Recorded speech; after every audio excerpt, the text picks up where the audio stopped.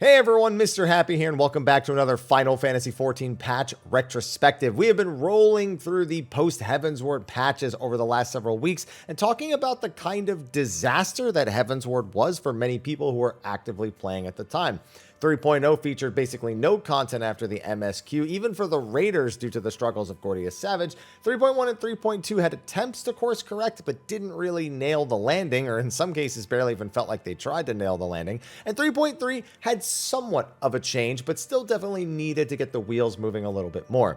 I believe that patch 3.4 was that patch in Heavensward, the patch that really course-corrected Final Fantasy XIV and got it off of that kind of downslope that Heavensward had created. And I, in fact, think that 3.4 is the most important patch that 14 has had, other than 2.0, of course, because the number of features, quality of life, and most importantly, the changes they made to the things that were broken in the previous patches, they really all culminated here. So I'm really excited to go over that. So let's get started. Okay, first of all, the MSQ of 3.4.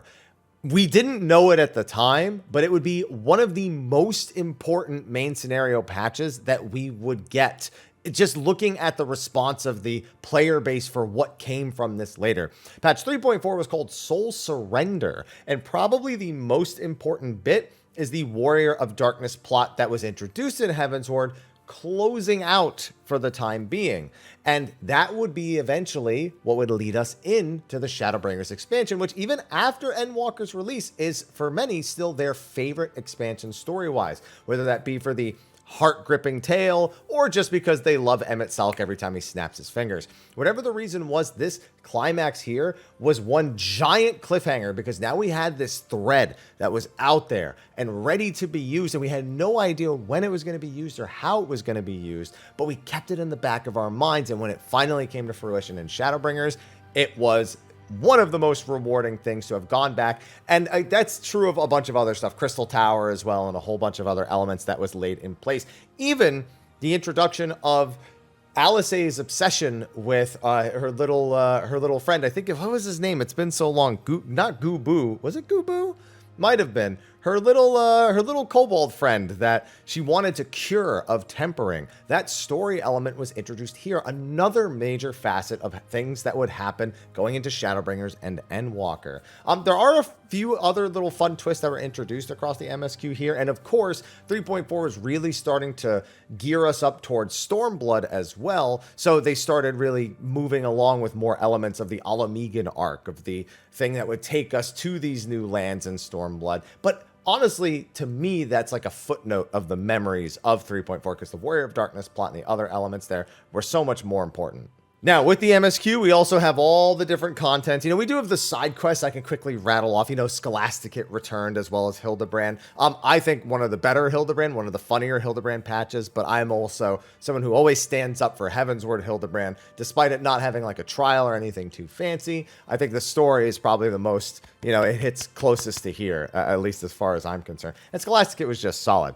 But moving into the more direct content types, we of course have the dungeons. Zelphatol, which was it was a cool dungeon. We went to the Ixal homeland and we had to do a whole bunch of... It was a very spacious area, and it had some fairly interesting bosses that unfortunately have been reworked, and you can't really live those bosses exactly as they were.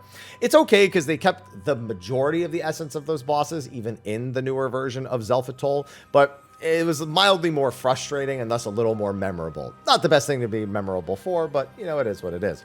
Great Google Library hard mode as well. Solid follow-up dungeon, about as memorable as the original, but these two dungeons just kind of slotted in. They were, again, kind of a footnote of the patch because they just worked. Nobody really hated them. Nobody really fell in love with them quite as much as some other dungeons, but they were nice. Then we get into the trial. We have our second member of the Warring Triad, Sophia. Now, remember when I said 3.4 was a real turning point between quality of life and the actual content that was introduced? Sophia is a pretty solid example of that, although not like a major one. So this was actually the first trial where falling off did not mean permadeath. So you had Titan, Leviathan, Sephiroth, all these bosses where if you fell, you were out of the fight until the very end. Sophia changed that and made it so you could respawn on the arena and then be resurrected and continue the fight. And that would be the trend going forward. No more permanent eliminations going into the rest of the content and the rest of the patches. And I think we're all kind of grateful for that. Yeah, did it make Titan more memorable that you couldn't get up and you just sit at the bottom? Eventually, they allowed you to bring the camera up top to continue watching. Sure. But in terms of player engagement and lack of frustrations with that, it's nice to be able to get the people back up and continue going so you can beat the fight, not that one mistake eliminates you forever. So that's a big thing. And as a fight on its own, it's actually pretty good. We recently had it as the Unreal trial in the more recent patches. And a lot of people were reminded that it's actually a pretty good fight. It's not too crazy. The damage output's considerable. The little knockbacks and the movement around the arena, very involved. So a pretty solidly rated trial. Not as good, in my opinion, as Nidhogg and Sephiroth prior. And Thornton also a tall thing to ask. But on its own, absolutely a good trial.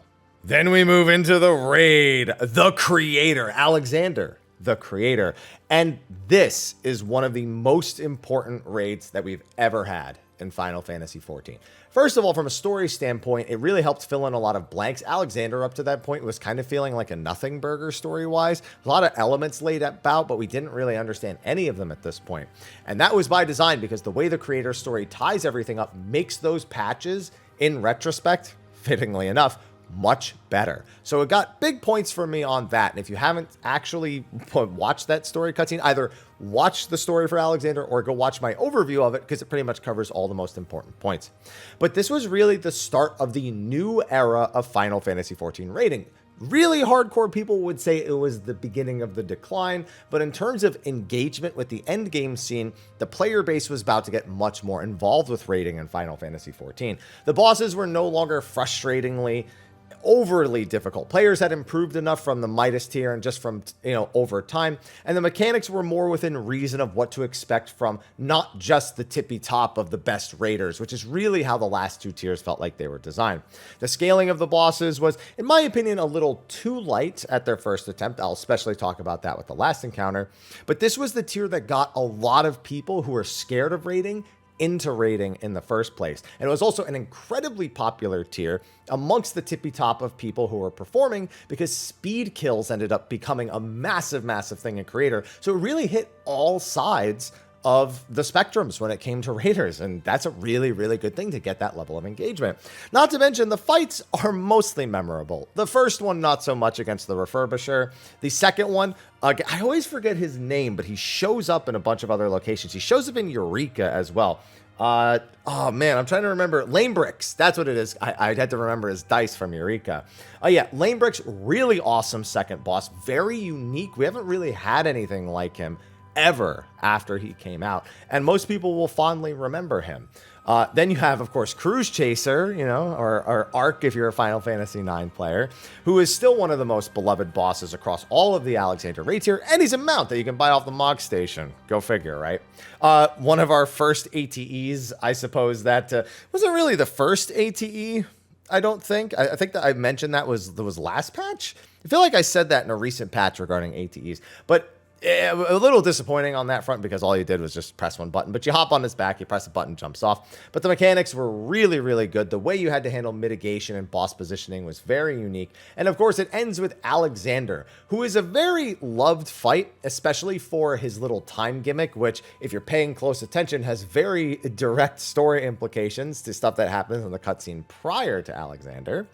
But it did come with a major problem on release. Remember when I mentioned things were a little too lightly tuned? Well, one of the most popular methods for beating Alexander was to end his last phase as quickly as possible, because it gradually ramped up. So the very first time he does his last phase mechanics, it's a little easier than the second time and onward. So you wanted to spend as little time in the second and onward section, because it was much, much harder to get the positioning correct and far more likely to result in a wipe.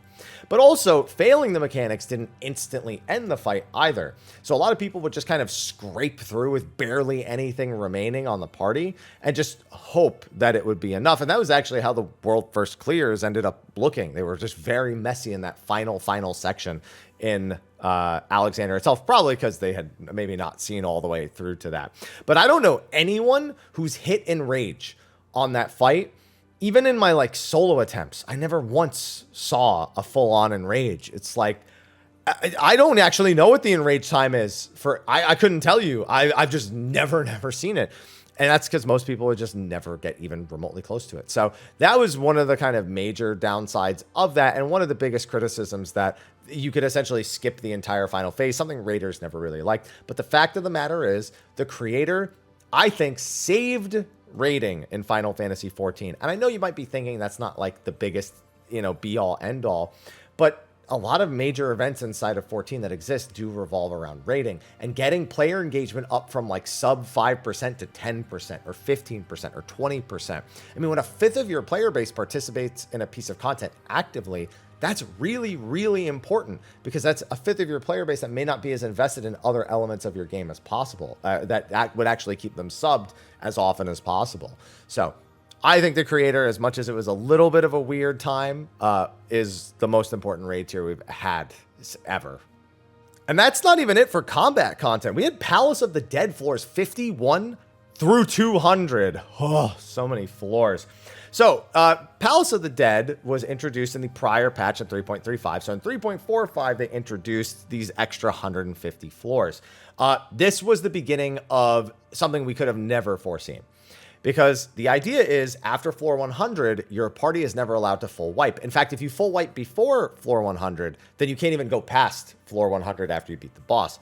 So it became this big challenge mode where people were trying to group up with their friends and get all the way to the end and make sure they beat all the time limits and avoided all the traps and made sure their commanders were correct. And it was a really fun and engaging small group activity.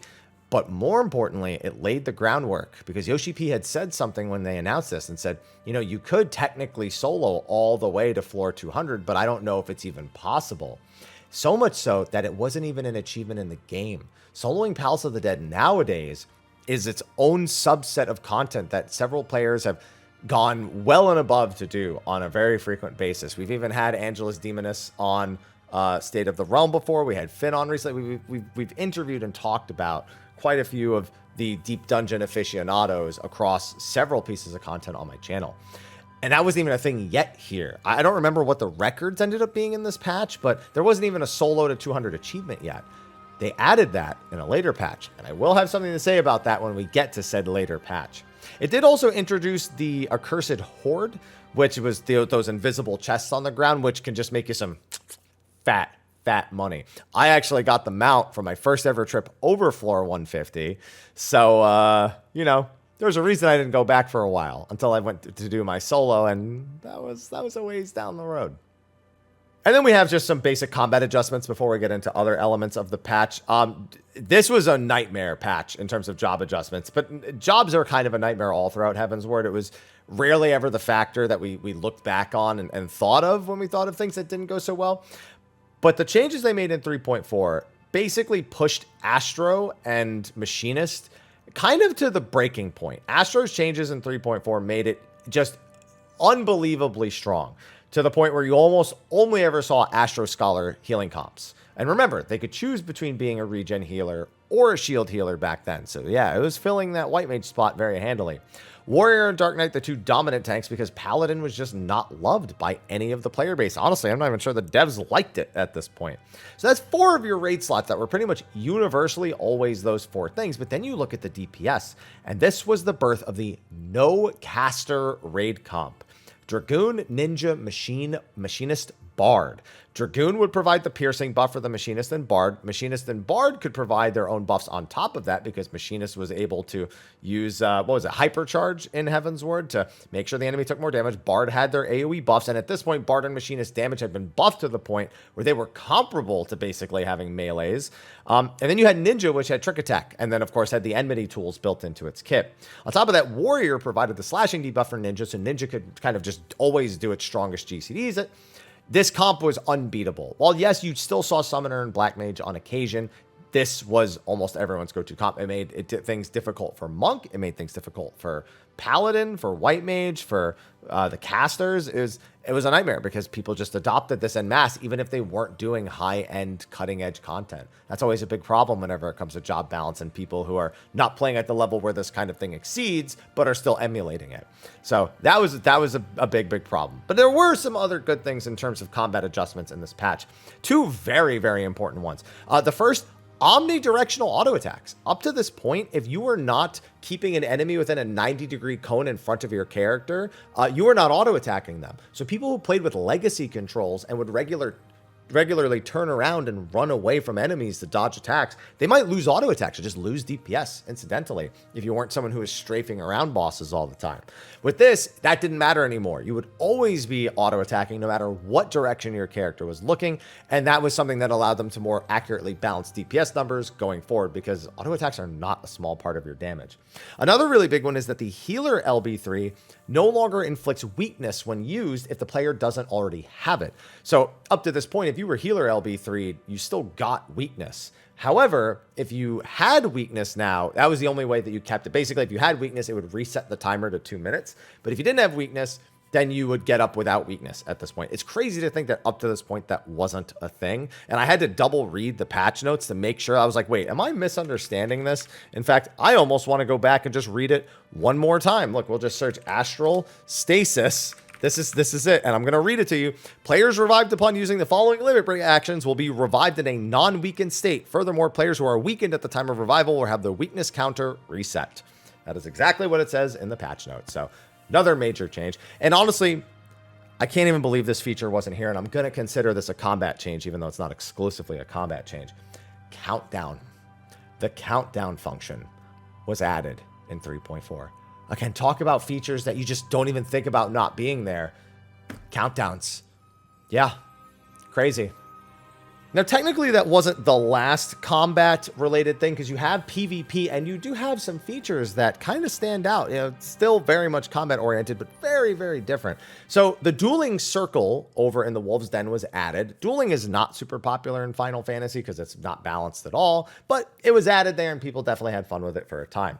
More importantly, custom matches were added along with spectator mode, so you could finally, properly do some sort of tournament format within Final Fantasy XIV for PvP that you couldn't really do up to this point. So for anyone in the PvP community who is trying to organize this kind of stuff, this was really, really important. On top of that, I mentioned with the combat stuff, squadrons, adventuring squadrons were introduced in patch 3.4. I feel like I've said 6.4 once or twice in this video. Who cares? You guys will point it out and laugh at me anyway. Yeah, so squadrons were added, and squadrons have always been this, I feel, misunderstood content. Basically, squadrons, when you reach a high enough rank with your grand company, they allow you to recruit NPCs and train them by running through dungeons with them or just sending them off to do random tasks or whatnot. They bring back rewards. You can specialize them to bring back other types of rewards, and it's very simple thing. However, squadrons were and still are some of the best leveling methods that you can use in Final Fantasy XIV once you've put a little bit of time into them. So basically, as you use your squadrons, they get buffs. And one of them is this massive, when fully stacked, 60%, I think it is, damage buff. And so you just put that on all of them. And even though they're really dumb, exceptionally dumb, and you need to issue very basic commands to them, they obliterate everything more than a player can, more than a trust can. I say more than a player, but really it just cuts out queue time. So it's about equal to the way players can deal with things nowadays. But the fact that you can do it at your own speed, you could even AFK, let the squadrons attack a pack and just go AFK and do something while they finish it off super quick. It's just such a chill way to do leveling that I made an entire leveling video about it and talked about how efficient it is once you can start doing it and once they're actually leveled up all the way. It's one of the fastest ways to do 20 to 55-ish, I believe. On top of that, eventually you were able to send them out and they could actually bring back something equivalent to a personal tier 3 free company buff. So if your free company was using buffs you didn't want, or you just wanted a different one, but you didn't want to fight with your free company, these were personal versions of those buffs. They didn't stack with them, but they overwrote them. Not to mention, not every FC had a house to make tier 3 actions, and still don't have a house to make tier 3 actions. So it becomes one of the most accessible ways to get that.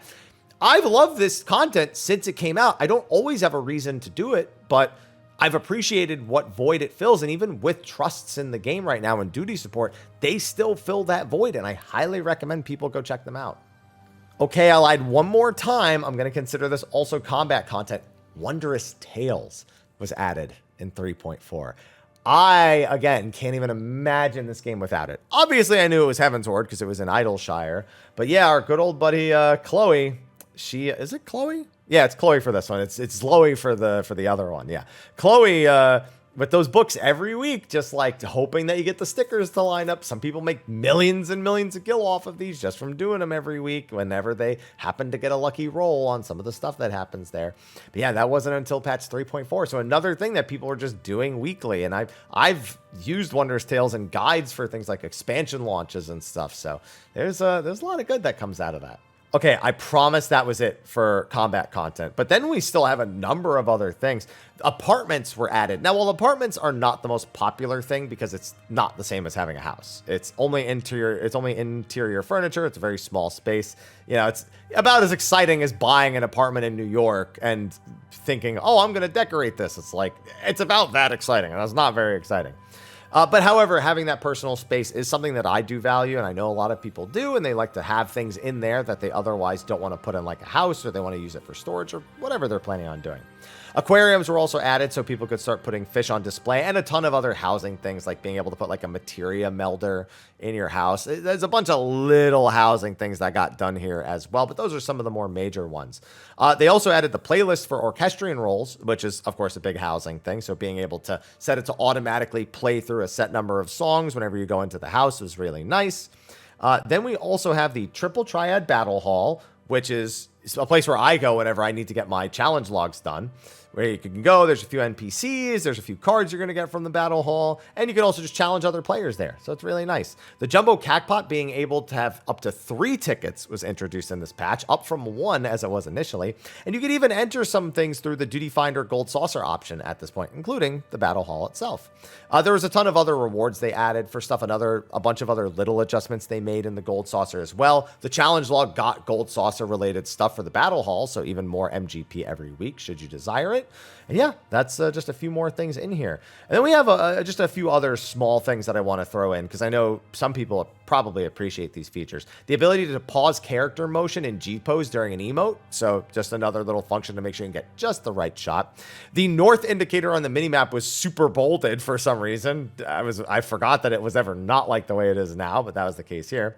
The role-playing tag added for your character. You know, you have online, offline, away, role-playing, you know, all those options. The double cross hotbar. Okay, that's an enormous one. The W cross hotbar, or the double cross hotbar as it's called, that wasn't introduced till now. That was a massive amount of buttons that was added to the controller gameplay scheme in this patch, whereas some people may have struggled before with actually fitting everything on controller, especially given the amount of button bloat that Heavensward actively had. So that is an enormous one that I'm glad I didn't miss. And then this last couple others, right-click report RMT. It was nice, but we still wanted like more reporting. Like we want, to this day, I'm pretty sure most people agree, we want to right-click report and then start immediately filling out what the report is and not just report RMT. Like it's still not extensive enough, but I mean, that was a start. It was also the end apparently. And even this little thing I'm going to mention, hyphens being allowed in character and retainer names, 3.4. So yeah, like I said, this really did feel like the actual turning point. 3.3 was a little bit, it had to go a little further, and it did that in 3.4. And this, to this day, I think is the patch I appreciate most because it was a scary time in Heavensward. We were just every patch worried about what it was going to be like and how it was going to be. And you know, we've gone through that since, but it was, in my opinion, never as bad as Heavensward was. So, glad to have that in the past. And that makes the rest of the retro videos much less stressful to do, knowing that we have much better times going forward, for the most part. Anyway, that's going to be a wrap for my retrospective on patch 3.4. If you're enjoying these videos, be sure to like, favorite, subscribe, and share. If this is the first one that you've watched, be sure to go back and watch the rest of them, and be on the lookout for our finale for the Heavensward retrospectives as we then move into Stormblood for the month of September. Fitting. Anyway, with that, I'll see you all in the next one, and until then, take care.